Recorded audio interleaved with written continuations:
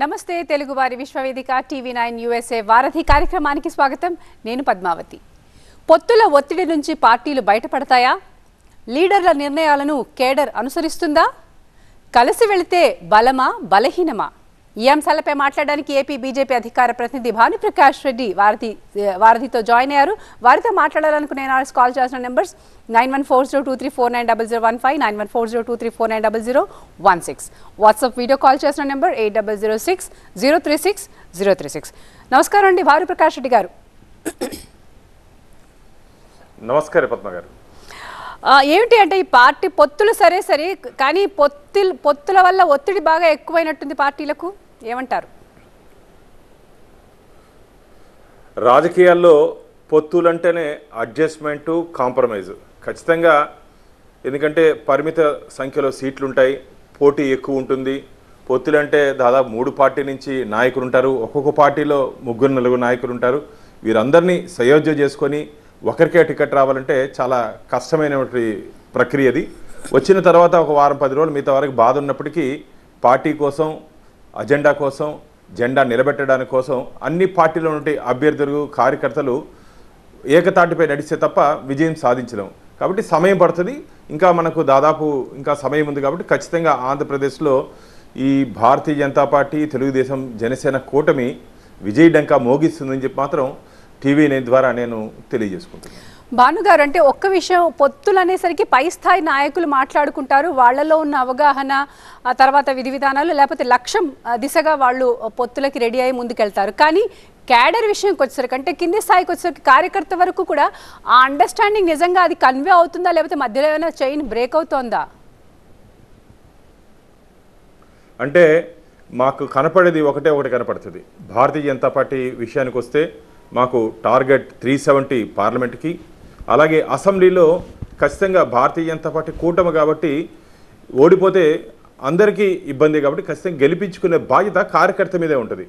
ఎవరు బూత్ లెవెల్లో ఉన్నటువంటి కార్యకర్తలు కష్టపడితే తప్ప అక్కడ నుండి స్థానిక నాయకుడు గెలిచే పరిస్థితి ఉండదు రాజకీయాలు. కాబట్టి అక్కడ నుండి క్రమశిక్షణ కలిగినటువంటి కార్యకర్తగా భారతీయ జనతా పార్టీతో అంకిత భావంతో పనిచేసే ప్రక్రియ మేము నేర్చుకోవడం జరిగింది. కాబట్టి ఎవరికి టికెట్ ఇచ్చినా సరే మేము ఖచ్చితంగా అభ్యర్థి గెలుపు కోసం మేమైతే ఖచ్చితంగా కష్టపడి గెలిపించుకునే బాధ్యత మా మీద ఉంటుంది.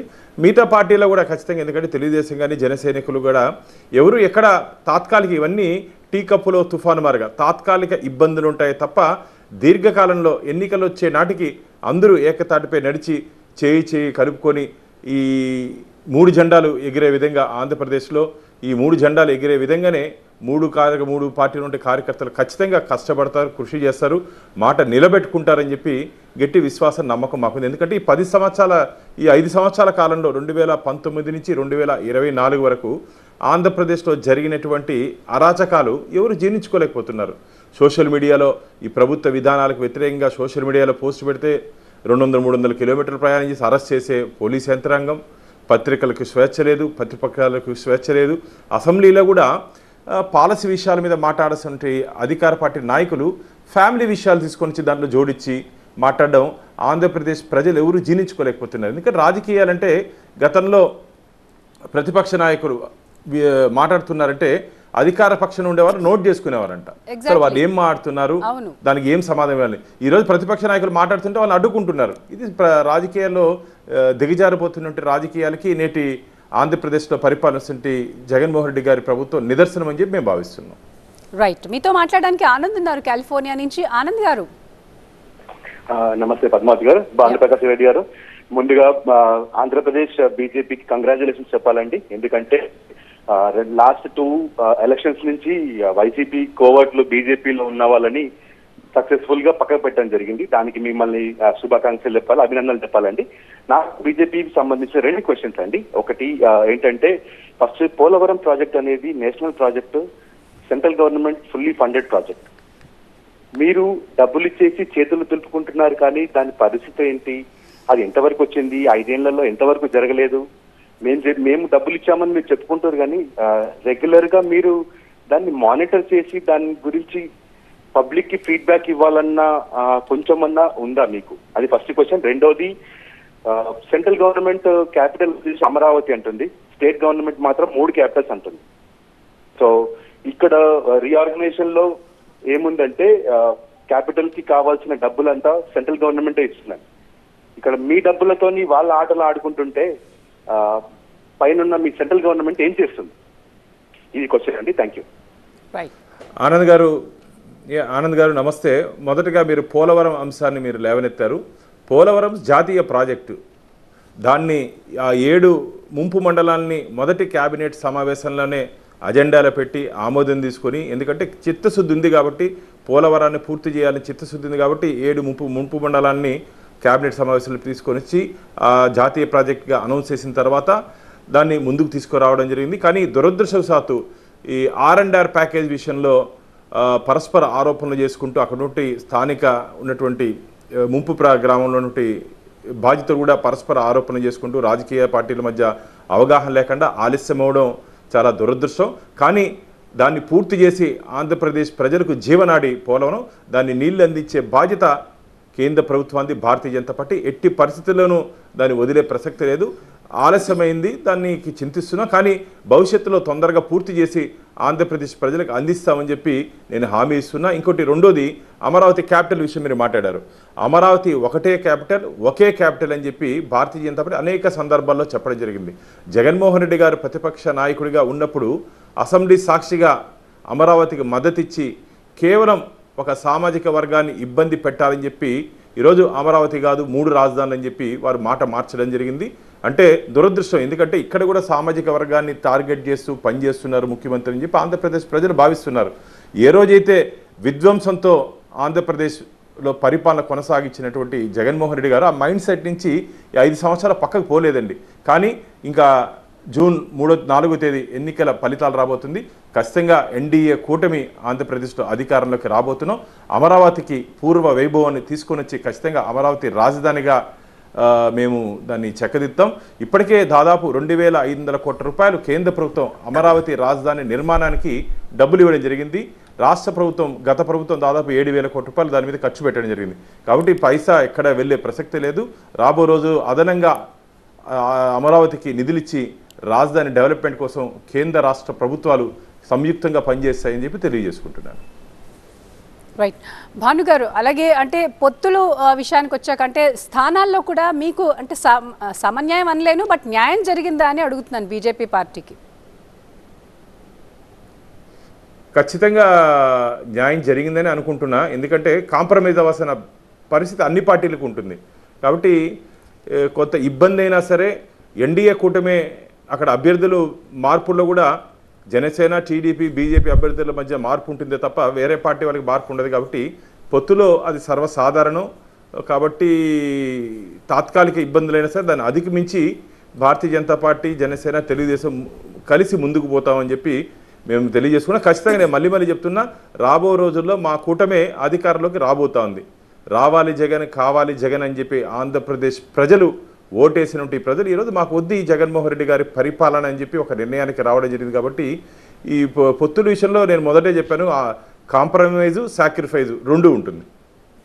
సరే, అంటే పొత్తు వల్ల అంటే ఐక్యమత్యమే బలం అని అంటారు కదా, ఆ విధంగా పొత్తు మీకు కలిసి రావచ్చు. బట్ పొత్తులో అభ్యర్థులను మీరు ఖరారు చేసిన అభ్యర్థులు కూడా అంటే వర్డ్ పందెం కోళ్ళు సరైన వాళ్లే రేసుగురాలే అనుకోవచ్చా, లేకపోతే వాళ్ళలో కూడా మార్పులు చేర్పులు ఫైనల్ అయినట్టేనా క్యాండిడేట్స్?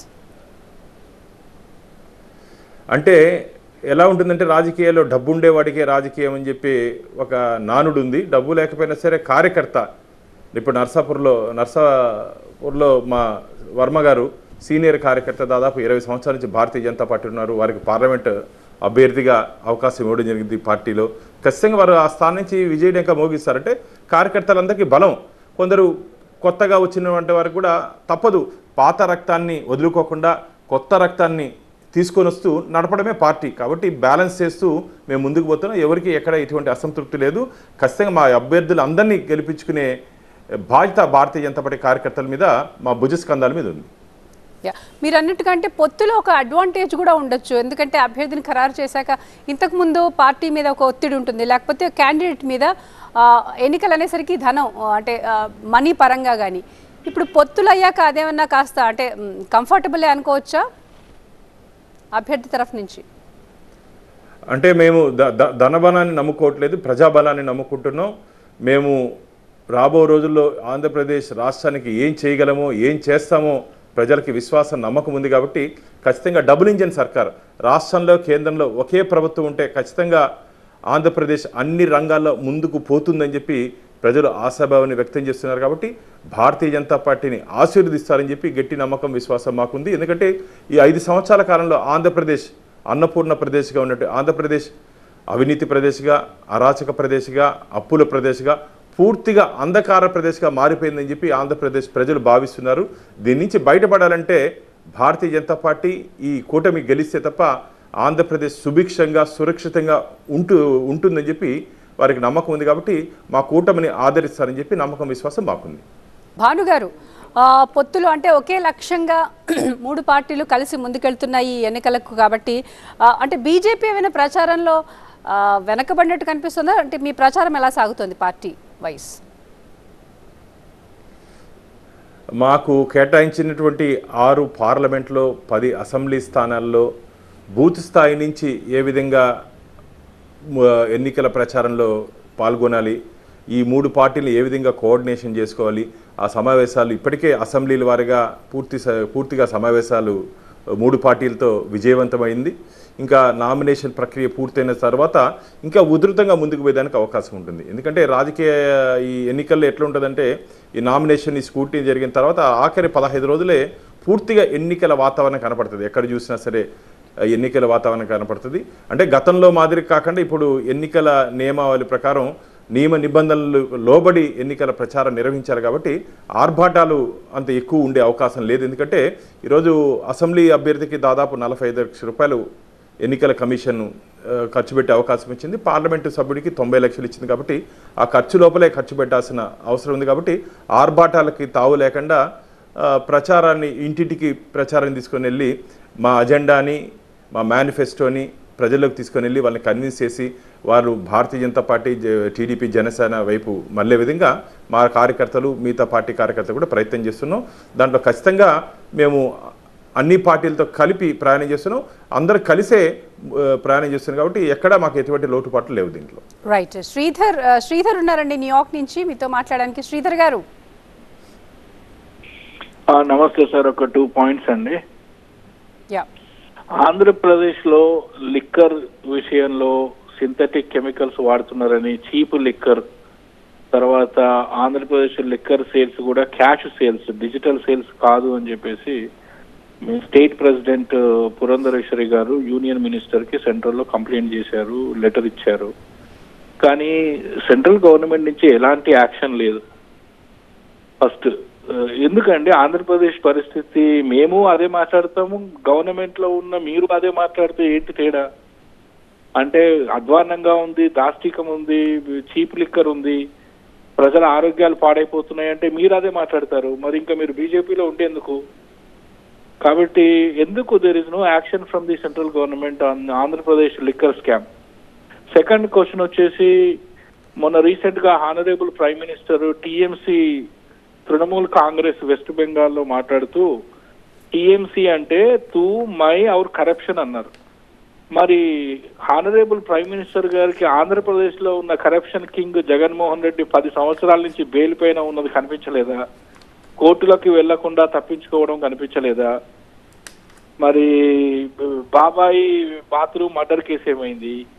సిబిఐని ఆపుతున్నది ఎవరు? ఆంధ్రప్రదేశ్ లో ఇంత పెట్టుకొని హానరబుల్ ప్రైమ్ మినిస్టర్ గారు కరప్షన్ గురించి తూతుంబరి స్పీచ్లు ఎందుకండి మాట్లాడటం? అంటే మమతా బెనర్జీయో, కేసీఆర్, మిగతా మంత్రులు, మిగతా ముఖ్యమంత్రులు కనిపిస్తారు కానీ ఇక్కడ ఆంధ్రాలో కరప్షన్ కింగ్ 10 సంవత్సరాలు బెయిలిపోయిన తప్పించుకొని తిరుగుతున్న దొంగ మీకు కనిపించడా? చెప్పండి.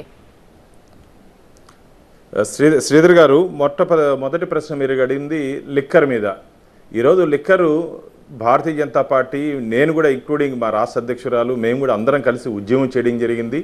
ఈ కొబ్బరి బోండాల దగ్గర నుంచి బజ్జీ కొట్టు వరకు ఈరోజు డిజిటల్ ట్రాన్సాక్షన్ జరుగుతుంటే లిక్కర్ షాప్లో ఎందుకు జరగట్లేదని చెప్పి, అలాగే ఇక్కడ జరుగుతున్నటువంటి లిక్కర్ మ్యానుఫ్యాక్చరింగ్ యూనిట్లో కల్తీ అంటే నాసి రకమైన మద్యం అందిస్తున్నారని చెప్పి ఫిర్యాదులు వచ్చాయి. దాని మీద మా రాష్ట్ర అధ్యక్షురాలు కేంద్ర ప్రభుత్వానికి లేఖ రాయడం జరిగింది. కానీ లేఖ రాసిన తర్వాత అక్కడ ఒక ఎంక్వైరీ మొదలైంది. అది రాష్ట్ర ప్రభుత్వానికి ఇంటర్నల్గా ఎంక్వైరీ జరుగుతుంది. తొందరనే దాని పూర్తి నివేదిక బహిర్గతమవుతుంది. నేనైతే మీ ద్వారా నేను ఖచ్చితంగా చెప్పదలుచుకున్నాను, కేజ్రీవాల్కి కవితకి ఏది జరిగిందో అదే రాబో రోజుల్లో జగన్ ప్రభుత్వానికి కూడా దీంట్లో పాత్రదారులు, సూత్రధారులు, లబ్ధిదారులు, అంటే దీని వెనకాల ఉండి నడిపిస్తున్నటువంటి అందరినీ చట్టం పరిధిలోకి తీసుకొని వచ్చి జైలుకి వెళ్ళే రోజులు దగ్గరలోనే ఉంది. ఎవరిని స్పేర్ చేయాల్సిన అవసరం, ఎవరిని ప్రొటెక్ట్ చేయాల్సిన అవసరం భారతీయ జనతా పార్టీకి కానీ నరేంద్ర మోడీ గారికి కానీ లేదండి. ఇంకో రెండో విషయం, మీరు కరప్షన్ మీద మాట్లాడారు. ఎస్, ఒకసారి వెస్ట్ బెంగాల్కి వెళ్దాం రండి. మీరు ఎప్పుడో ఇండియాకి వచ్చినప్పుడు ఒకసారి వెస్ట్ బెంగాల్కి వెళ్దాం రండి. సెంట్రల్ మినిస్టర్లు కూడా ఆ స్టేట్లో వెళ్తా ఉంటే స్వేచ్ఛగా తిరిగే పరిస్థితి లేదండి. గూండారాజు అది. అక్కడ మొత్తం కరప్షను, గూండారాజు. అలాంటి పరిస్థితుల్లో ఒక దేశ ప్రధానిగా మాట్లాడడం తప్పే ఉందండి.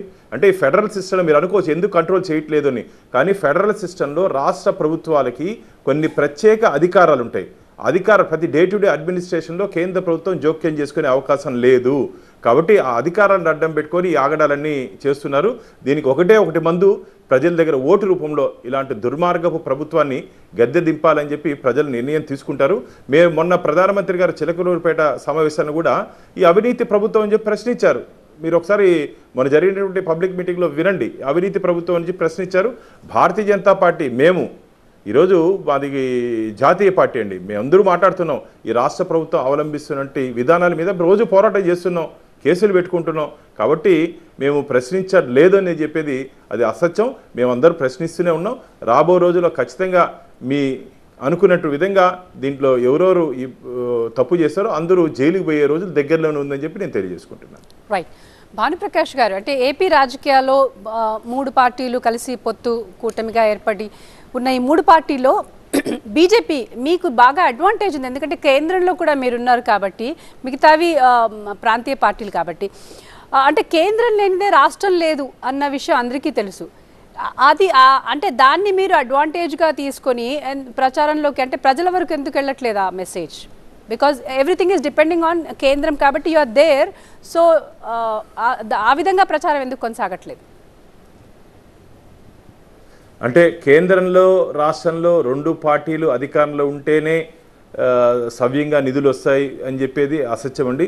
ఈరోజు ప్రతిపక్ష పార్టీలు ఉన్నటువంటి రాష్ట్రాల్లో కూడా కేంద్ర ప్రభుత్వం పార్టీ వేరు, ప్రభుత్వం వేరు. కేంద్రంలో ఏ పార్టీ ఉన్నా సరే కేంద్ర ప్రభుత్వానికి రాష్ట్ర ప్రభుత్వాలకి ఉన్నటువంటి సంబంధాలు మాత్రం ఖచ్చితంగా అందుకని అది ప్రజలకు అడ్వాంటేజ్. ఎందుకంటే కేంద్రంలో రాష్ట్రంలో ఒకే ప్రభుత్వం అవినీతి రహిత పరిపాలన అందిస్తున్నారు మోడీ గారు. ఎక్కడ ఈ 10 సంవత్సరాల కాలంలో ఒక అవినీతి ఆరోపణ లేకుండా ముందుకు తీసుకొని పోతున్నారు. ఆయన ఒకే ఒక అజెండా, డెవలప్మెంట్. ఆ అజెండాని ఆంధ్రప్రదేశ్లో కూడా వస్తే, ఎందుకంటే 5 సంవత్సరాల కాలంలో ఆంధ్రప్రదేశ్లో నూతన పెట్టుబడులు రాలేదు. ఇక్కడ లా అండ్ ఆర్డర్ ప్రాబ్లం ఉంది కాబట్టి ఎవరు పెట్టుబడి పెట్టలేని పరిస్థితి. మేము అధికారంలోకి వస్తే ఖచ్చితంగా అన్నిటినీ కలుపుకొని, అందరినీ కలుపుకొని ప్రతిపక్ష నాయకుల మీద కక్ష సాధింపు ధోరణి కాకుండా ఎన్నికలు అయ్యేంత వరకే మేము ప్రత్యర్థులండి. ఈరోజు జగన్మోహన్ రెడ్డి గారు మిగతా పార్టీలన్నింటినీ శత్రువులకు చూస్తున్నారు. మేము అలా వారిని శత్రువుకు చూడట్లా, మేము ప్రత్యర్థులకు చూస్తున్నాం. ఎన్నికలైన తర్వాత ఖచ్చితంగా అందరం ఒకే నిర్ణయం ముందుండి, ఎందుకంటే జగన్మోహన్ రెడ్డి మారుగా మేము కక్ష తీసుకునే అవకాశం లేదు. మా దృష్టి అంతా ఆంధ్రప్రదేశ్ డెవలప్మెంట్ మీద ఉంటుంది. ఆంధ్రప్రదేశ్ ప్రజల్ని ఏ విధంగా ముందుకు తీసుకుపోవాలా, ఆంధ్రప్రదేశ్ రాష్ట్రాన్ని ఏ విధంగా ముందుకు తీసుకుపోవాలని చెప్పి అజెండాతోనే మేము పనిచేస్తామే తప్ప, అందుకనే ప్రజలు కేంద్రం ఉంటే భారతీయ జనతా పార్టీ ఇక్కడ వస్తే బాగుంటుందని చెప్పి ప్రజలు ఆశిస్తున్నారు ఆంధ్రప్రదేశ్లో. రైట్ గారు, మీతో మాట్లాడడానికి పద్మనాభం గారు ఉన్నారు దుబాయ్ నుంచి. పద్మనాభం గారు, గుడ్ ఈవినింగ్ మేడం. నమస్తే. మాట్లాడండి. భానుప్రకాష్ గారు నమస్తే అండి. నమస్తే పద్మనాభం గారు. సార్, మేము యాక్చువల్గా సంక్షేమానికి ప్లస్ అభివృద్ధికి రెండింటికి ఓటేసే కేటగిరీలో వస్తామండి. వీళ్ళ వాళ్ళ అని కాదు.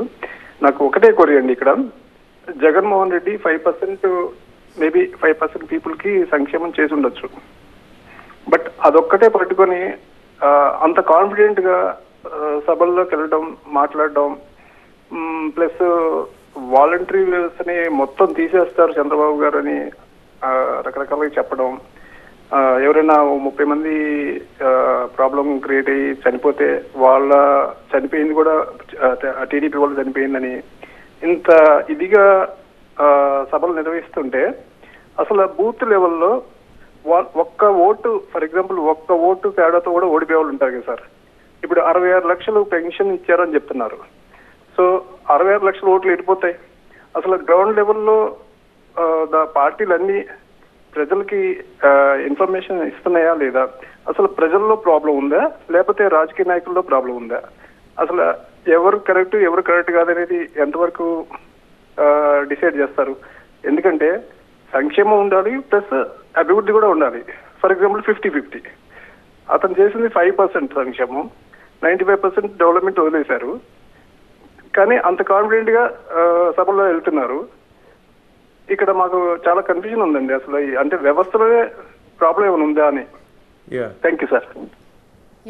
పద్మనాభం గారు, ఈరోజు ఏమైపోయిందంటే ఈ సంక్షేమ పథకాల పేరుతో ప్రజల్లోకి వెళ్ళి తద్వారా దాన్ని ఓట్ బ్యాంక్ క్రియేట్ చేసుకొని గెలవాలని చెప్పి ఒక సీక్రెట్ అజెండాతో జగన్మోహన్ రెడ్డి గారు రావడం జరిగింది. ఈరోజు మీకు తెలుసో తెలీదో 2019 నాటికి ఆంధ్రప్రదేశ్ రాష్ట్ర ప్రభుత్వ అప్పు దాదాపు 3,35,000 కోట్ల రూపాయలు. ఈరోజు నేటికి ఆంధ్రప్రదేశ్ రాష్ట్ర ప్రభుత్వ అప్పు దాదాపు 12 లక్షల కోట్ల రూపాయలండి. 12 లక్షల కోట్ల రూపాయలు. ఏడాదికి దాదాపు 70,000 కోట్ల రూపాయలు వడ్డీనే కడుతున్నాం ఇప్పుడు మనం. వడ్డీనే అంటే ముందు చూపు లేకుండా ఈరోజు జగన్మోహన్ రెడ్డి గారు తీసుకుంటే నిర్ణయాన్ని సంక్షేమం పేరుతో ఆంధ్రప్రదేశ్ని సంక్షోభంలోకి తీసుకొని వెళ్ళారు.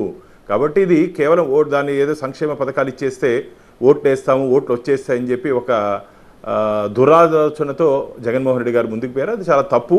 రాబో రోజుల్లో ప్రజాక్షేత్రంలో ప్రజలు తీర్పిస్తారు. మీరు చెప్పినట్టు వాలంటీర్ని రద్దు చేస్తారని చెప్పి ఎక్కడ చంద్రబాబు నాయుడు గారు మాట్లాడలేదండి. ఈరోజు కూడా పబ్లిక్ మీటింగ్లో వారు మాట్లాడడం జరిగింది. వాలంటీర్ని అడ్డం పెట్టుకొని వాలంటీర్ని ఈ అధికార పార్టీ సేవలో వినియోగించుకుంటూ, ఎందుకంటే 50 కుటుంబాలకు ఒక వాలంటీర్ ఉన్నారండి. వారు రేపు ఎన్నికల్లో వారి ప్రభావం ఎక్కువ ఉంటుంది కాబట్టి వాళ్ళని ఎన్నికల విధుల నుంచి పక్కన పెట్టండి అని చెప్పామే తప్ప ఆ వ్యవస్థను మేము ఎక్కడ వ్యతిరేకించట్లేదు. మీరు చెప్పినట్టు ఈ పెన్షన్ల విధానంలో ఈరోజు కూడా జగన్మోహన్ రెడ్డి గారు ఆపద్ధర్మ ముఖ్యమంత్రి ఆంధ్రప్రదేశ్ రాష్ట్రానికి.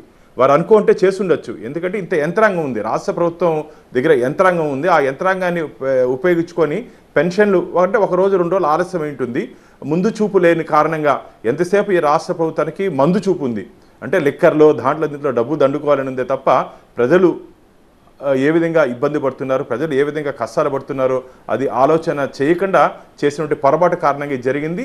రాబో రోజుల్లో ఇంకా ఎన్నికల ముందు ఇంకో పెన్షన్ పంపిణీ కార్యక్రమం ఉంది కాబట్టి ఆ రోజుకి ఇవన్నీ ఏమి జరగకుండా ఖచ్చితంగా దాన్ని మానిటర్ చేసుకొని ఎవరికి ఇబ్బంది లేకుండా జరుగుతుందని చెప్పి ఆశాభావాన్ని వ్యక్తం చేస్తున్నాను.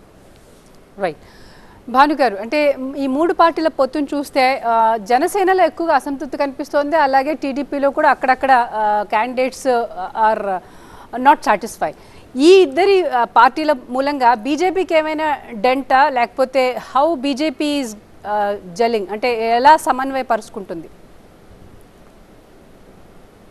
అంటే జనసేనలో మీరు చెప్పినట్టు 2-3 ప్రాంతాల్లో ఈ ఇబ్బందులు ఉన్నాయి. తెలుగుదేశంలో కూడా ఎందుకంటే దీర్ఘకాలికంగా అధికారంలో దాదాపు ఒక 5 సంవత్సరాలు అధికారంలో లేదు కాబట్టి ఈ 5 సంవత్సరాలు కష్టపడినటువంటి నాయకులకి సీట్ రాలేదని ఈ కొంత ఇబ్బందికర పరిస్థితి ఉంటుంది. ఇది రాజకీయాల సర్వసాధారణం. కోపాలు, గొడవలు ఇవన్నీ సర్వసాధారణం. దాన్ని తట్టుకొని నిలబడాలి. ఎందుకంటే రాజకీయాలంటే ఏదో ఇది రెడ్ కార్పెట్ మీద నడక కాదండి, ముళ్ళ మీద నడకే. ఖచ్చితంగా చూసుకుంటూ నడవాలి. ముళ్ళు దాటిన తర్వాత ఖచ్చితంగా రోజాపూల మీద నడకుంటుంది. అంటే ఎన్నికల వరకు ఖచ్చితంగా కొన్ని ఇబ్బందులు ఉంటాయి. ఆ ఇబ్బందిని అధిగమిస్తాము ఈ 3 పార్టీలు కలిసి నాకుంది. ఈ కార్యకర్తలు కూడా అర్థం చేసుకుంటారు. ఇనిషియల్గా 1-2 రోజులు, వారం రోజులు ఆ బాధ, కోపము ఉంటుంది. కానీ పార్టీ గుర్తు చూసిన తర్వాత, పార్టీ నాయకులు చూసిన తర్వాత అరే ఎన్నికల్లో వచ్చి పనిచేయాలి, మనం కూడా పార్టీలో పనిచేయాలని చెప్పి ఆ ఫీల్ వస్తుంది. కాబట్టి ఇది తాత్కాలికమే కానీ ఇది దీర్ఘకాలంలో ఈ కోపాలు ఉండవు. రాబో రోజుల్లో ఖచ్చితంగా 3 పార్టీలో ఎవరెవరు ఇబ్బంది పడ్డారో అందరూ కలిసి పనిచేసే రోజులు దగ్గరలోనే ఉంది. రాబో రోజుల్లో ఖచ్చితంగా మా కూటమిలో ఎటువంటి ఇబ్బంది ఉండదని చెప్పి మీ ద్వారా నేను తెలియజేసుకుంటున్నాను. రైట్, విశ్వం ఉన్నారండి టొరాంటో నుంచి మీతో మాట్లాడడానికి. విశ్వం గారు మాట్లాడండి. నమస్తే. నమస్తే. నేను యాక్చువల్గా తెలంగాణ అండి, ఆంధ్ర కాదు. But still like we are brothers between Telangana and Andhra, so we keep worrying about the situation in Andhra Pradesh, the governance and the kind of మన కవల పిల్లలండి, మన కవల పిల్లలు. yes exactly. సో మాకు ఎప్పుడు కూడా ఆంధ్రప్రదేశ్ న్యూస్ కానీ అక్కడ ఏం జరుగుతుంది, డెవలప్మెంట్, మా బ్రదర్స్ ఎలా ఉన్నారు. అన్ఫార్చునేట్లీ తెలంగాణ చాలా డెవలప్ అయింది కానీ ఆంధ్రప్రదేశ్ చాలా ఇంకా వెనకబడి ఉందండి. ఇంకొకటి నాకు ఇంకో క్వశ్చన్ ఏంటంటే అండి, దానికి రీజన్ నాకు తెలిసినంత వరకు అయితే ఇప్పుడు ప్రెసెంట్ చీఫ్ మినిస్టర్ ప్రాబ్లం అని నాకు అర్థమవుతుంది. ఎందుకంటే తన మీద ఎన్ని కరప్షన్ కేసెస్ ఉన్నా is ruling as a chief minister.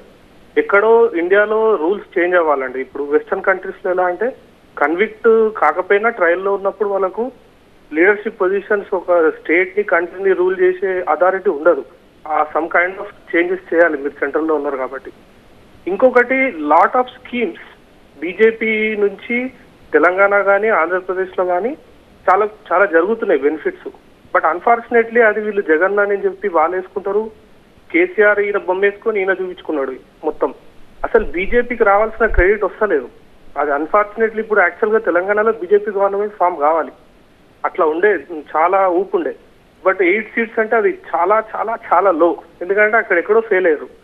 మీరు ఇన్ని సెంటర్ లో ఇన్ని రూల్స్ ఇన్ని బిల్స్ చేసి కొత్త రూల్స్ అన్ని మారుస్తున్నారు కాబట్టి ఇలా ఇలా వీళ్ళు మార్కెటింగ్ చేసుకునేది కాకుండా మీకు సెంటర్ లో ఎవరున్నా వాళ్ళకు కూడా వాళ్ళ యొక్క షేర్ ఉండేటట్టు, మోడీ బొమ్మ ఉండేటట్టు, ఏ సోషల్ రిఫార్మ్ జరిగినా ఏ స్కీమ్స్ జరిగినా ఆ బొమ్మ ఉండేటట్టు పెడితే అసలు ఎవరు ఇస్తున్నారు ప్రజలు. ఎందుకంటే అందరు ఎడ్యుకేటెడ్ కాదు అన్ఫార్చునేట్లీ ఇండియాలో, తెలియదు వాళ్ళకు. ఎవరు బొమ్మ చూస్తే వాళ్ళు ఇస్తున్నారు అనుకుని వాళ్ళకి ఓట్లు ఇస్తున్నారు. ఈ 2 ఆన్సర్స్ మీరు కొంచెం చెప్తారని అనుకుంటున్నాను.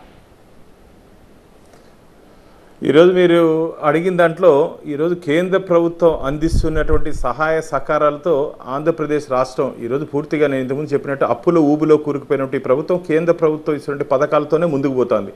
దురదృష్టం ఏమిటంటే కేంద్ర ప్రభుత్వం ఇస్తున్న పథకాలని పేరు మార్చి దారి మార్చి ఈరోజు జగన్మోహన్ రెడ్డి గారు తన ఖాతాలోకి వేసుకునేసి మొత్తం తానే ఏదో చేసినట్టు దండోర వేసుకుంటున్నాడు. కానీ నేను ఒకటే చెప్తున్నా, జగన్మోహన్ రెడ్డి గారు ఏ ముఖ్యమంత్రి అయినా సరే సక్సెస్ఫుల్ సీఎంగా కావాలని చెప్పి అనుకుంటాడండి. కానీ ఈరోజు జగన్మోహన్ రెడ్డి గారు ఆంధ్రప్రదేశ్ ప్రజలకి ఒక స్టిక్కర్ సీఎంగా మిగిలిపోయారు. గోడ మీద ఇంటి ముందు గోడ మీద స్టిక్కర్ అతికించుకునే దానికి సరిపోయాడు తప్ప ప్రజల గుండెల్లో జగన్మోహన్ రెడ్డి లేడు. మంచి చేస్తుంటే మీరు అన్నట్టు ఆంధ్రప్రదేశ్ రాష్ట్రానికి కానీ ఆంధ్రప్రదేశ్ ప్రజలకు కానీ మంచి చేస్తుంటే గుండెల్లో పెట్టుకొని ఉంటారు. ఈరోజు ఆ పరిస్థితి లేదు జగన్మోహన్ రెడ్డి గారికి. ఆ అర్హత కోల్పోయారు. ఎందుకంటే ఆ పథకాలన్నింటినీ పేరు మార్చి ఇలా తీసుకొని వచ్చారు. ఇంకా మీరు చెప్పినట్టు ఈ కరప్షన్ విషయంలో ఇది కోర్టు పరిధిలో ఉందండి. కోర్టు పరిధిలో ఉంది కాబట్టి కోర్టు తొందరలోనే తీర్పు ఇస్తుందని చెప్పి ఆశాభావాన్ని వ్యక్తం చేసుకున్నాం. ఎందుకంటే కోర్టులో ఉంది కాబట్టి దాని మీద ఎక్కువ కామెంట్ కూడా మనం చేయకూడదు జ్యుడిషియల్ సిస్టమ్ మీద. కాబట్టి రాబో రోజుల్లో జ్యుడిషియల్ సిస్టంలో మార్పులు తీసుకురావాలని చెప్పి మీరు కోరుకుంటున్నారు. ఖచ్చితంగా కొన్ని రాజ్యాంగంలో మార్పులు తెచ్చిన తర్వాత అంటే స్పీడప్ తొందరగా ఇట్లా క్రిమినల్ అఫెన్స్లో తగులుకుని ఉన్నటువంటి రాజకీయ నాయకుల్ని తొందరగా కేసుల మీద నిర్ణయం తీసుకుంటే ఇలాంటి పొరపాట్లు జరగవు, ఆ మార్పు వస్తుందని చెప్పి ఆశాభావాన్ని వ్యక్తం చేస్తుంది. రైట్. భానుప్రకాష్ గారు ఇందాక అదే కాలర్ అన్నట్టుగా అంటే కేంద్రం నుంచి అంటే అడ్వాంటేజెస్ పొజిషన్ ఉన్నా కానీ పార్టీ పరంగా ప్రాంతీయంగా కానీ మీరు జస్టిఫై చేస్తున్నారు. బట్ స్టిల్ ఆ పాయింట్ ఎందుకో మిస్ అవుతున్నారు అన్న ఒక అభిప్రాయం అయితే కనిపిస్తోంది జనరల్గా. అంటే ఎలాగంటే అది ఆంధ్రప్రదేశ్లో భారతీయ జనతా పార్టీ ఇంకా బలపడాల్సిన అవసరం ఉంది. వారు చెప్పినట్టు తెలంగాణలో కూడా దాదాపు ఈరోజు అభివృద్ధి పదంలో ముందుందని చెప్తున్నారు వాళ్ళు.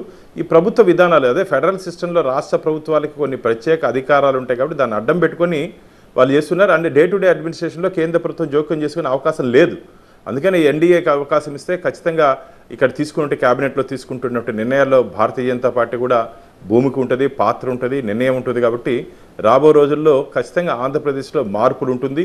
ఇప్పుడు పడుతున్నటువంటి అంధకార ప్రదేశ్ నుంచి స్వర్ణాంధ్రగా ఆంధ్రప్రదేశ్ వస్తుందని చెప్పి ఖచ్చితంగా నమ్మకం విశ్వాసం మాకుంది. ఎందుకంటే ఖచ్చితంగా ఆ విధమైన కొన్ని మార్పులు తీసుకొని వస్తే ఇప్పుడు జరిగినటువంటి పొరపాట్లు జరగకుండా భారతీయ జనతా పార్టీ ఖచ్చితంగా ముందుకు తీసుకుపోతుంది ప్రభుత్వాన్ని. కాబట్టి రాబో రోజుల్లో ఆంధ్రప్రదేశ్కి స్వర్ణయుగం ఉంటుందని చెప్పి నేను చెప్తున్నా. ఎందుకంటే ఈ 5 సంవత్సరాల కాలంలో పూర్తిగా ఆంధ్రప్రదేశ్ అంధకార ప్రదేశ్గా మారిపోయింది. అభివృద్ధి కార్యక్రమాలు లేదు. ముఖ్యంగా శాంతి భద్రతలు ఉంటే తప్ప ఇన్వెస్టర్స్ వచ్చే అవకాశం లేదు. ఇన్వెస్టర్స్ కానీ వస్తే రాష్ట్ర ఆర్థిక ఆదాయం పెరుగుతుంది, యువతకు ఉద్యోగ అవకాశాలు దొరుకుతాయి. కాబట్టి అవేమి 5 సంవత్సరాల కాలంలో ఆంధ్రప్రదేశ్లో జరగలేదు. రాబో రోజుల్లో ఖచ్చితంగా వీటన్నిటిని అజెండాగా పెట్టుకొని మేనిఫెస్టోలో పెట్టుకొని మేము ముందుకు వస్తాం. ఏ విధమైన ఇప్పుడు పడుతున్నట్టు ఇబ్బందులన్నింటినీ అధిగమించి ఆంధ్రప్రదేశ్ని ముందుకు తీసుకుపోతామని చెప్పి మీ ద్వారా నేను తెలియజేసుకుంటున్నాను. రైట్. అలాగే అంటే పొత్తులు ఒక లక్ష్యం పెట్టుకొని మీరు కూటమి కట్టారు, పొత్తులు పెట్టుకున్నారు కాబట్టి 3 పార్టీలు. అదంటే లీడర్ నుంచి కేడర్ వరకు చేరడానికి ఇంకొంచెం టైం పడుతుంది. మరి కేడర్ నుంచి జనరల్ పబ్లిక్కి అసలు ఎందుకు పొత్తులకు వెళ్తున్నాము, 3 పార్టీలు కలిసి ఏం చేస్తాయి అంటే రాష్ట్రం బాగు కోసము అని మీరు చెప్తున్నారు ఏదైతే ఉందో అది ప్రజల వరకు చేరేది లేదు. ఎందుకంటే కామన్ పీపుల్ ఆర్ అంటే గెట్స్ అట్రాక్టెడ్ టువర్డ్స్ ఆ టైంకి అంటే ఎలక్షన్ ముందు రోజు లేకపోతే నెల ముందు రోజు ఏం చెప్తే అది గ్రాప్ చేసుకుంటారు. తర్వాత 5 ఏళ్ళు ఏమైనా కానీ వాళ్ళు అంటే ఆలోచించరంత కామన్ పీపుల్. సో అది జనాలకి చేరేలాగా ఏ విధంగా మీరు చేయబోతున్నారు? ఆంధ్రప్రదేశ్ జనాలకి అర్థమైపోయిందండి. జగన్మోహన్ రెడ్డి గారి పరిపాలనలో ఆంధ్రప్రదేశ్ ప్రజలకి మేము చెప్పాల్సిన అవసరం లేదు, వారికి అర్థమైపోయింది. ఈ మధ్యకాలంలో అధికార పార్టీ మంత్రులు, ఎమ్మెల్యేలు గడప గడపకి వెళ్ళినప్పుడు ఆంధ్రప్రదేశ్ ప్రజల నుంచి వచ్చినటువంటి రియాక్షన్ వాళ్ళకి అర్థమైపోయింది. ఎందుకంటే ఈ ప్రభుత్వ విధానాలు బాలేదు, ఈ ప్రభుత్వ పనితీరు బాలేదు, ఈ ప్రభుత్వ మంత్రులు బాలేదు. అసలు మీరు నమ్ముతారో నమ్మరో, ఈ 151 మంది ఎమ్మెల్యేలు ఎన్నిసార్లు ముఖ్యమంత్రిని కలిసారు చెప్పండి. ఈ కేబినెట్ మంత్రులు ఎన్నిసార్లు ముఖ్యమంత్రిని కలిసారు చెప్పండి.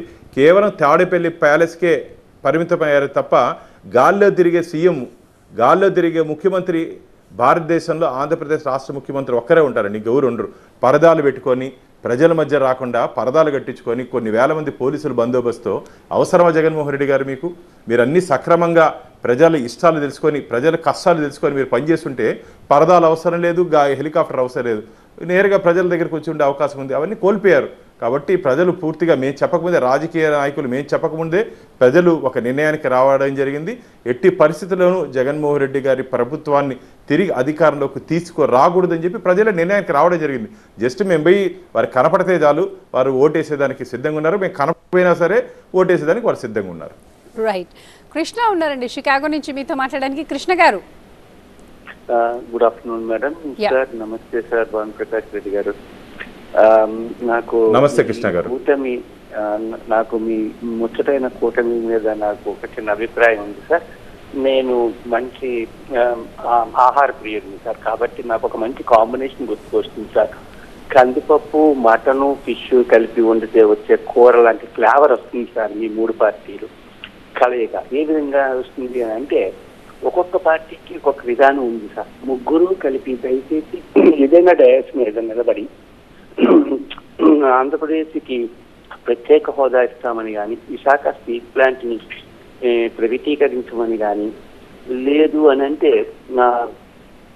అమరావతియే ఏకైక రాజధాని, దానికి మంచి 6 జోన్స్ తో డివైడ్ చేసిన ఒక క్యాపిటల్ తయారు చేస్తాం 1,00,000 కోట్లతోనని 3 నాయకులు కలిపి మనం ఏమైనా ఆంధ్రప్రదేశ్కి ప్రకటించగలుగుతారా అన్నది నా మొదటి క్వశ్చన్ సార్.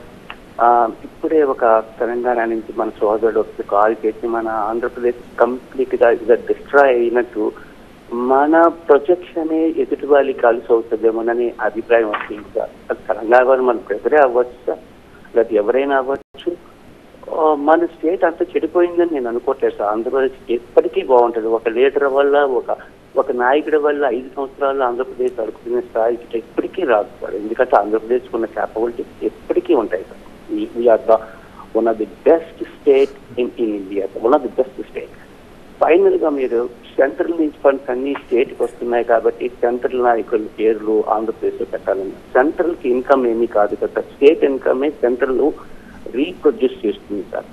సో దానికి అందు గురించి దాన్ని స్టేట్ ప్రొజెక్ట్ చేసిందని స్టేట్ లీడర్ పేరు ఏ యుద్ధ ట్యాంక్కైనా లేకపోతే ఏ ట్రైన్కైనా ఒక రాష్ట్రపతి, ఒక రాష్ట్రానికి సంబంధించిన నాయకుడి పేరు కానీ ఏదైనా భారతదేశంలో ఇప్పుడు ఎవరైనా పెడుతున్నారా? సో స్టేట్ లో ఉండే ఫండ్ని స్టేట్ లీడర్ పేరు ప్రొజెక్ట్ చేసుకుంటారు అనేది నా అభిప్రాయం సార్. దీని గురించి మీరేమైనా అభిప్రాయం చెప్పగలుగుతారా? రైట్. మీరు ఈ కాంబినేషన్ని భోజన ప్రియులు కాబట్టి మీరు భోజనాల్లో ఉన్నటువంటి కూరలతో కంపేర్ చేశారు. మేము ఇది పవిత్ర త్రివేణి సంగమంగా మేము భావిస్తున్నామండి. 3 పవిత్ర నదులు కలిసి ఆంధ్రప్రదేశ్లో రాబోతున్నాయి. ఆ పవిత్ర నదులు ప్రవాహంలో ఖచ్చితంగా ఆంధ్రప్రదేశ్ సస్యశ్యామలమవుతుంది. ఇప్పుడు ఇంతకుముందు తెలంగాణ నుంచి చేసినట్టు మిత్రులు కానీ మీరు కానీ ఏది బాధపడుతున్నారో ఆంధ్రప్రదేశ్ గురించి అందరూ మాకు కూడా బాధగా ఉందండి. ఆంధ్రప్రదేశ్లో పుట్టి ఇక్కడ పెరిగినటువంటి బిడ్డగా ఆంధ్రప్రదేశ్ గురించి ఇలా మాట్లాడంటే మాకు కూడా బాధగా ఉంది. కానీ వాస్తవాలు ఇలా ఉన్నాయి, ఆంధ్రప్రదేశ్ రాష్ట్రంలో వాస్తవాలు ఇలా ఉన్నాయి కాబట్టే మేము మాట్లాడుతున్నాం. తప్పని పరిస్థితుల్లో మాట్లాడుతున్నామే తప్ప ఏదో దీన్ని మాట్లాడి పబ్లిసిటీ తెచ్చుకోవాలని చెప్పి మాట్లాడట్లేదు. ఆంధ్రప్రదేశ్లో ఉండే పరిస్థితుల్ని అద్దంలో టీవీ9 ద్వారా మీకు చూపిస్తున్నాం. ఎందుకంటే మీరు దూరంగా ఉన్నారు, యుఎస్లో ఉన్నారు, అమెరికాలో ఉన్నారు కాబట్టి ఇక్కడ ఉండే పరిస్థితులు మీకు చూపిస్తున్నామే తప్ప మాకు కూడా బాధగా ఉంది. ఆంధ్రప్రదేశ్లో ఈ విధంగా ఇబ్బంది పడుతున్నామని చెప్పి ఖచ్చితంగా ఈ త్రివేణి సంగమం రాబో రోజుల్లో ఖచ్చితంగా ఈ పవిత్ర నదీ జలాలు ఆంధ్రప్రదేశ్లో సస్యశ్యామలం చేస్తుంది. మన ఆంధ్రప్రదేశ్కి తిరిగి నేను ఇంతకుముందు చెప్పినట్టు స్వర్ణాంధ్ర ఖచ్చితంగానే అవుతుంది. రాబో రోజుల్లో స్వర్ణాంధ్ర ఖచ్చితంగానే అవుతుందని చెప్పి నేను మీ ద్వారా నేను తెలియజేసుకుంటున్నాను. ప్రకాష్ గారు, ఎన్నికలకి సమయం ఎక్కువ లేదు. సో ప్రయారిటీ వైజ్గా తీసుకుంటే ఆంధ్రప్రదేశ్లో ప్రజల అవసరాలను బట్టి అంటే ప్రచారం ఎలా చేయబోతున్నారు, ముందుగా ప్రయారిటీ తీసుకుంటే 5 అంశాలు ఏముంటాయి?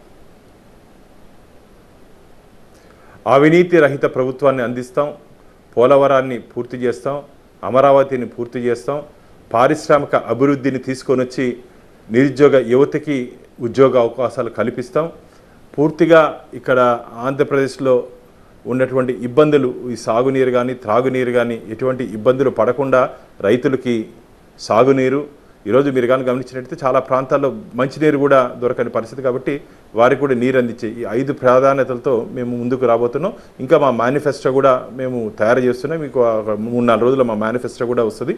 ఉమ్మడి మేనిఫెస్టోలో మా కాన్సన్ట్రేషన్ అంతా ఒక డెవలప్మెంట్ అజెండాతోనే ముందుకు పోతాం.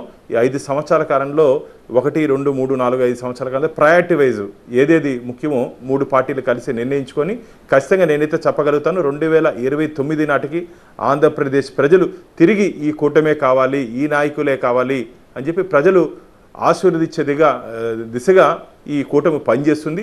ప్రజల మన్నెలు పొందుతుందని చెప్పి గట్టి విశ్వాసం మాకుంది. ఎందుకంటే ప్రజలు పడుతున్నట్టు ఇబ్బందులు మేము తెలుసుకున్నాం. ఈ 5 సంవత్సరాల కాలంలో ఆ ఇబ్బందులు ఎవరు పడకూడదు, ఆ ఇబ్బందులు పడకుండా ఉండాలంటే ఏం చేయాలో ఆ ప్రణాళికబద్ధంగా మేము ఒకే ఒక అజెండా డెవలప్మెంట్ ఆంధ్రప్రదేశ్ని అభివృద్ధి పదంలో ముందుకు తీసుకుపోతామని చెప్పి తెలియజేస్తున్నాం.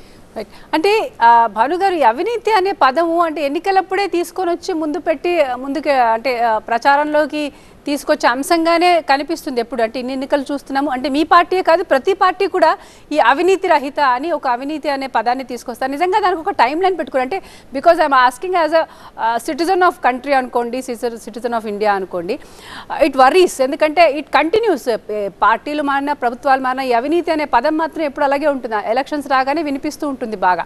సో దానికి ఒక టైం లైన్ పెట్టుకుని నిజంగా కమిటెడ్ అయితే చేస్తే మీరు అనుకున్నట్టుగా ఇంకా టెన్యూర్ బై టెన్యూర్ మీరు పరిపాలించవచ్చు ప్రజల్ని. యథా రాజా తదా ప్రజ అంటారు. ఈరోజు కేంద్రంలో మీరు కానీ నరేంద్ర మోడీ గారి సారథ్యంలో కానీ చూసారంటే వారితో పాటు ఎక్కడ ఏ క్యాబినెట్ మినిస్టర్ మీద కానీ ఎక్కడ కానీ అవినీతి ఆరోపణ లేదండి. ఈరోజు నరేంద్ర మోడీ గారి క్యాబినెట్లో ఈ 10 సంవత్సరాల కాలంలో ఈ అవినీతి చేశారు, ఈ స్కామ్ చేశారు అని చెప్పి ఎక్కడ మనం పాయింట్అవుట్ చేసే అవకాశం లేదు. ఆంధ్రప్రదేశ్ విషయానికి వచ్చేటప్పటికి ముఖ్యమంత్రి గారి విషయానికి వచ్చేటప్పటికి వారితో పాటు వారి మంత్రులు, ఎమ్మెల్యేలు ఈరోజు ల్యాండు, శాండు, మైను, వైను ఎక్కడ మొత్తము పంచభూతాన్ని దోచేశారండి. మాకు చాలా బాధగా ఉంది. ఎక్కడ డబ్బు ఉంటే దాని మీద పడిపోయి దోచుకునేశారు. కాబట్టి ఈ అవినీతి ఎందుకు మాట్లాడుతున్నామంటే ప్రజలకు హాని అండి. వచ్చిన ప్రజాధనాన్ని అంటే మొత్తం నాయకులు జోబుల్లోకి వెళ్తే అభివృద్ధి ఎక్కడ జరుగుతుంది? కాబట్టి ఈరోజు ఎంఆర్ఓ ఆఫీసులో కానీ, పోలీస్ స్టేషన్లో కానీ, ఆర్టీఓ ఆఫీసులో కానీ మొత్తము దోపిడీ. ఎందుకంటే ఎమ్మెల్యేలకు షేరు, మంత్రులకు షేరు, ఎందుకు షేర్ ఇవ్వాలి చెప్పండి? కాబట్టి అధికారుల్లో మార్పు రావాలి. ఆ మార్పు రాజకీయ నాయకులకి గుణపాఠం అవ్వాలి. మేము చేయలేమని చెప్పి ఎందుకు బహిరంగంగా చెప్పలేకపోతున్నారు? షేర్ లేనిది పద్మా గారు చెప్పండి. ఈరోజు ఈ ఎంఆర్ఓ ఆఫీసులు వీళ్ళన్నీ కలెక్ట్ చేసి రాజకీయ నాయకులు పంపిస్తున్నారు. ఈరోజు ఏదైనా పారిశ్రామికవేత్త వచ్చి ఆంధ్రప్రదేశ్లో పెట్టుబడి పెట్టాలంటే నాకెంత అని అడుగుతున్నాడు అక్కడ స్థానిక ప్రజాప్రతినిధి. ఏంది నాకెంత ఏంది, షేర్ ఏంది అడిగేది? నా ప్రజలకి ఉద్యోగం ఇవ్వండి అని అడగాలి తప్ప నాకు డబ్బు ఇవ్వండి అని అడుగుతున్నారు. కాబట్టి ఆంధ్రప్రదేశ్లో పెట్టుబడులు లేకుండా పారిపోతున్నారు. కాబట్టి అందుకని అవినీతి రహిత పరిపాలన అంటున్నా. కాబట్టి రాబో రోజుల్లో ప్రజలు అర్థం చేసుకోవాలి. ప్రజల్లో సివిల్ వార్ రావాలి. ఎవరిన ఇట్లా అవినీతికి పాల్పడితే ఆ ప్రజాప్రతినిధి ఇంటి దగ్గర పోయి గొడవ చేయాలి. ఎవరు అవినీతి అధికారులు వారిని ఆఫీస్ దగ్గర పోయి గొడవ చేస్తే ఆ మార్పు ఖచ్చితంగా వస్తుంది. తొందరలోనే ఎవరెవరు తప్పు చేస్తారో వీరందరి మీద ప్రభుత్వం మారిన తర్వాత పూర్తి స్థాయిలో ఇంతకుముందు లోకేష్ బాబు ఏదో రెడ్ బుక్ అని చెప్తున్నారు, మా దగ్గర కూడా ఉంది, ఎవరెవరు ఎక్కడెక్కడ తప్పు చేశారో, తప్పు చేసినటువంటి అధికారులు, తప్పు చేసినటువంటి రాజకీయ నాయకులను కూడా ఎవరిని వదిలే ప్రసక్తే లేదు. భవిష్యత్తులో తప్పు చేయాలంటేనే భయపడే విధంగా వారికి మీద ఖచ్చితంగా చట్టపరమైన చర్యలు ఉంటాయని చెప్పి నేను భావిస్తున్నాను. రైట్. ఏపీ రాజకీయాల్లో మొన్నటి వరకు వినిపించిన ఒక పార్టీ మళ్ళీ ఇప్పుడు కాస్త ఏమంటారు ప్రాణం పోసుకుందో జీవం పోసుకుందో అనొచ్చు, Congress party. So Congress party before after Sharmila అనే మాట్లాడుకుందాం. ఎందుకంటే షర్మిల అధ్యక్షురాలు అయ్యాక ఒక కైండ్ ఆఫ్ ముందుకొచ్చింది పార్టీ అన్నది. అది ఏ విధంగా మీకు పోటీ అని భావిస్తారు? అసలు కాంగ్రెస్ పార్టీ మాకు పోటీనే కాదండి, అది ఒక నీటి బుడగ. కాంగ్రెస్ పార్టీ ఒక భస్మాసుర హస్తంగా దేశ ప్రజలు భావిస్తున్నారు. ఆంధ్రప్రదేశ్ ప్రజలుగా దేశ ప్రజలు. మీరు ఈ రాబో రోజుల్లో ఎన్నికల్లో వారు ఏ విధంగా సీట్లు, ఎన్ని సీట్లు వస్తాయో మీరే తెలుసుకుంటారు. కానీ భారతీయ జనతా పార్టీ గట్టి ప్రత్యర్థి ఉండాలని చెప్పి మేము కోరుకుంటున్నాం, మంచి అపోజిషన్ ఉండాలని చెప్పి కూడా మేము కోరుకుంటున్నాం. మేము కాంగ్రెస్ భూస్థాపితం అయిపోవాలి, కాంగ్రెస్ వెళ్ళిపోవాలని చెప్పి మేము కోరుకోవట్లే. కానీ ప్రజలు ఆ విధంగా భావిస్తున్నారు. సరైన నాయకుడు లేకుండా ఈరోజు కాంగ్రెస్ పార్టీ ఈ ముందు ముఖ్యంగా షర్మిల గారు నేను తెలంగాణలో ఉంటాను, తెలంగాణ బిడ్డనని చెప్పి ఈరోజు ఆంధ్రప్రదేశ్ ఇక్కడికి వచ్చి ఇక్కడ మాట్లాడుతుంటే ఆంధ్రప్రదేశ్ ప్రజలు వారిని స్వీకరించే పరిస్థితుల్లో లేరు ఇక్కడ. ఎందుకంటే రాజశేఖర రెడ్డి బిడ్డగా ఈరోజు జగనన్న వదిలినటువంటి బాణం తిరిగి జగనన్న పైకే వస్తుంది. అది వారి కుటుంబ సమస్యగా ప్రజలు భావిస్తున్నారు తప్ప ఏదో కాంగ్రెస్ను ఉద్ధరించడానికి వచ్చారు, ఇది కక్ష సాధి వాళ్ళ అన్న మీద కక్షతోనే కాంగ్రెస్లో చేరని చెప్పి ఆంధ్రప్రదేశ్ ప్రజలు భావిస్తున్నారు. కాబట్టి షర్మిల గారు భారతీయ జనతా పార్టీకి ఎటువంటి థ్రెట్ లేదు, వారి వల్ల కాంగ్రెస్కి వచ్చినటువంటి లాభం లేదు, ఒరిగేది ఏమీ లేదు. రైట్. సంతోష్ ఉన్నారండి కాలిఫోర్నియా నుంచి, మీతో మాట్లాడడానికి. సంతోష్ గారు. సార్ ఒక 2 క్వశ్చన్స్ అండి. మీరు డబుల్ ఇంజిన్ సర్కార్ అని అన్నారు కదా, కాబట్టి ఒక క్లారిఫికేషన్ కావాలి. ఏంటి డబుల్ ఇంజిన్ సర్కార్తో ఆంధ్రప్రదేశ్ రాష్ట్రానికి జరిగే ప్రయోజనాలు ఏంటి అన్నది ఇంతవరకు స్పష్టత లేదు. అంటే ప్రధానమంత్రి నరేంద్ర మోడీజీ పోలవరం ఇస్తారా, విశాఖ రైల్వే జోన్ ఇస్తారా, లేకపోతే స్టేట్ క్యాపిటల్ అమరావతి డెవలప్మెంట్ కోసం నిధులు మంజూరు చేసి అమరావతి డెవలప్మెంట్ కోసం ఆయన ఒక ప్రణాళిక కానీ లేకపోతే స్పష్టమైన హామీ ఇస్తారా, విశాఖ స్టీల్ ప్లాంట్ పైన హామీ ఇస్తారా? ఏంటి డబుల్ ఇంజిన్ సర్కార్ అంటే? అంటే వికసిత భారత్, వికసిత ఆంధ్రప్రదేశ్ అంటే స్పష్టత లేదు. డబల్ ఇంజన్ సర్కార్ అంటే స్పష్టత లేదు. బీజేపీ టీం ఆంధ్రప్రదేశ్ లో మీరు నోటాతో పోటీ పడతారా, దేంతో పోటీ పడతారో స్పష్టత లేదు. కాబట్టి మీరు పవన్ కళ్యాణ్ గారిని మోసం చేస్తారా, లేకపోతే టీడీపీని మోసం చేస్తారా? మీరు ఓటు బ్యాంకు లేనిది మీకు ఎందుకండి 10 సీట్లు? చెప్పండి. ఒకటి, ఓటు బ్యాంకు లేదు, నోటా కన్నా తక్కువ మీరు ఈరోజు మాట్లాడచ్చు, అది మీ అభిప్రాయం. కానీ ఒక్క వార్డు మెంబర్ కూడా లేని త్రిపురలో ముఖ్యమంత్రి అయిన పార్టీ భారతీయ జనతా పార్టీ. 2 స్థానాల నుంచి 303 స్థానాలకు ఎదిగిన పార్టీ భారతీయ జనతా పార్టీ. కాబట్టి భారతీయ జనతా పార్టీ ఒకవేళ మీరు విమర్శించవచ్చు, మీ నోటితోనే ప్రశంసించే రోజు దగ్గరలోనే ఉంది. మీరే భారతీయ జనతా పార్టీని పొగిడే రోజు దగ్గరలోనే ఉంది. ఎందుకంటే మీ రియాక్షన్కి, మీరు అన్న మాటలకి మేము రియాక్ట్ అవ్వాల్సిన అవసరం లేదు. మీరే రాబో రోజుల్లో శబాష్ భారతీయ జనతా పార్టీ అనే విధంగా ఆంధ్రప్రదేశ్లో మేము పనిచేస్తాం. మీరు అన్నట్టు మేము ఎవరిని మోసం చేయాల్సిన అవసరం లేదు. పవన్ కళ్యాణ్ గారిని కానీ, చంద్రబాబు నాయుడు గారిని కానీ. విశాఖ స్టీల్ విషయం అది కేంద్ర ప్రభుత్వం పాలసీ అండి, మేము ఎక్కడ మూసేస్తామని చెప్పట్లా. విశాఖ స్టీల్ని ఎక్కడ మేము మూసేస్తామని చెప్పట్లా. పోలవరం కూడా R&R ప్యాకేజీలో ఆలస్యమవుతుంది, దాన్ని కూడా అధిగమించి రాబోరు తొందరలోనే దాన్ని పూర్తి చేస్తామని చెప్పి హామీ ఇస్తున్నాం. పోలవరం అలాగే స్టీల్ ప్లాంట్. అమరావతి విషయానికి వచ్చినప్పటికీ మేము అమరావతి కట్టుబడి ఉన్నాము. అమరావతి ఒకటే రాజధాని అని చెప్పి భారతీయ జనతా పార్టీ ఎప్పటి నుంచే చెప్తా ఉంది. ఇప్పటికే దాదాపు 2,500 కోట్ల రూపాయలు అమరావతి రాజధాని నిర్మాణం కోసం కేంద్ర ప్రభుత్వం నిధులు ఇవ్వడం జరిగింది. మీరు అనుకున్నట్టు ఒకసారి నయా రాయ్పూర్కి వెళ్ళండి. నయా రాయ్పూర్కి వెళ్తే దాదాపు 500 కోట్లతోనే అక్కడ రాజధాని నిర్మాణం జరిగింది. రాజధాని అంటే సెక్రటేరియట్, దానికి కావాల్సినటువంటి మౌలిక సదుపాయాలండి. మిగతావండి పబ్లిక్ ప్రైవేట్ పార్ట్నర్షిప్తో మనం డెవలప్ చేసుకునే అవకాశం ఉంది. మొత్తం కేంద్ర ప్రభుత్వం ఇవ్వాలి, 1,00,000 కోట్లు తీసుకొని వచ్చి కేంద్ర ప్రభుత్వం ఇవ్వాలని చెప్పే అవసరం లేదండి. జాగ్రత్తగా ప్లానింగ్ చేసుకుంటే పబ్లిక్ ప్రైవేట్ పార్ట్నర్షిప్తో ఖచ్చితంగా అమరావతిని రాబో రోజుల్లో ఒక మంచి రాజధానిగా చేయగల సత్తా భారతీయ జనతా పార్టీకి, మా ఎన్డీఏ కూటమికి ఉంది. కాబట్టి ఈ 5 సంవత్సరాల కాలంలో ఒక మంచి రాజధానిని నిర్మించి ఆంధ్రప్రదేశ్ ప్రజలకి బహుమతిగా ఇస్తామని చెప్పి నేను తెలియజేసుకుంటున్నాను. రైట్. భానుప్రకాష్ గారు, ఇక మేనిఫెస్టో అంటే పొత్తులు స్థానాలు ఖరారైనట్టేనే మళ్ళీ దాంట్లో మార్పులు చేర్పులు ఏమైనా ఉంటాయా? అలాగే మేనిఫెస్టో కంబైన్డ్గా ఉండే మేనిఫెస్టోలో మీరు అన్నారు ఇందాక అంశాలు. సో సీట్స్ గురించి కన్ఫర్మేషన్ చెప్పండి. ఇచ్చిన సీట్స్ కన్ఫర్మా లేకపోతే దాంట్లో కూడా మార్పులు ఉండేటట్టున్నాయా? ఖచ్చితంగా మార్పులు ఉండే అవకాశం లేదండి. ఎందుకంటే ఇప్పటికే కేంద్ర పార్టీ మాకు 6 పార్లమెంట్ స్థానాలు 10 అసెంబ్లీ స్థానాలు కేటాయించడం జరిగింది కాబట్టి ఎట్టి పరిస్థితులను దీంట్లో మార్పు ఉండదు. ఇప్పటికే మా అభ్యర్థులు ప్రచారంలో ముందుకు పోతున్నారు, ప్రజల ఆశీర్వాదం తీసుకుంటున్నారు, ప్రజలు మమ్మల్ని ఆశీర్వదిస్తున్నారు కూడా. గెలుపోవటంలో రాజకీయాల్లో సహజం కాబట్టి గెలుపుకి పొంగిపోయి ఓటమికి కుంగిపోయే పార్టీ భారతీయ జనతా పార్టీ కాదు. మాకు ఇచ్చినటువంటి స్థానాల్లో ఖచ్చితంగా గెలిపే ధ్యేయంగా మేము మా కార్యకర్తలు పనిచేసి అక్కడ ఉన్నటువంటి భారతీయ జనతా పార్టీ నాయకుల్ని గెలిపించుకునే బాధ్యత భారతీయ జనతా పార్టీ, తెలుగుదేశం, జనసేన మేము తీసుకుంటామని చెప్పి మీ ద్వారా నేను తెలియజేసుకుంటున్నా. ఖచ్చితంగా కమల వికాసం, ఆంధ్రప్రదేశ్లో కమల వికాసం ఖచ్చితంగా రాబో రోజుల్లో మీరు చూడబోతారు. ఈ కమల వికాసం 2024 మొదలై రాబో రోజుల్లో ఈ మొత్తం దేశమంతా అన్ని రాష్ట్రాల్లో కమల వికాసం ఉంటుంది. ఎందుకంటే ఒక అవినీతి రహిత పరిపాలన అందించే దిశగా నరేంద్ర మోడీ గారు ముందుకు పోతున్నారు కాబట్టి ఆ పరిపాలన అన్ని రాష్ట్రాల్లో కావాలని చెప్పి ఆ రాష్ట్ర ప్రజలు ఆశాభావాన్ని వ్యక్తం చేస్తున్నారు కాబట్టి రాబో రోజుల్లో దేశమంతా కమలం ఉండే దిశగా మా పరిపాలన ఉంటుంది. అందరికీ ఆదర్శంగా మేము అవినీతి రహిత పరిపాలన అందిస్తూ దేశాన్ని అన్ని రాష్ట్రాన్ని ముందుకు తీసుకుపోతామని చెప్పి గట్టి విశ్వాసం, నమ్మకం నాకుంది. రైట్ అండి, థ్యాంక్ యూ వెరీ మచ్ అండి for your valuable time Bhanuprakash గారు. ఇది ఈరోజు వారధి. చూస్తూనే ఉండండి TV9.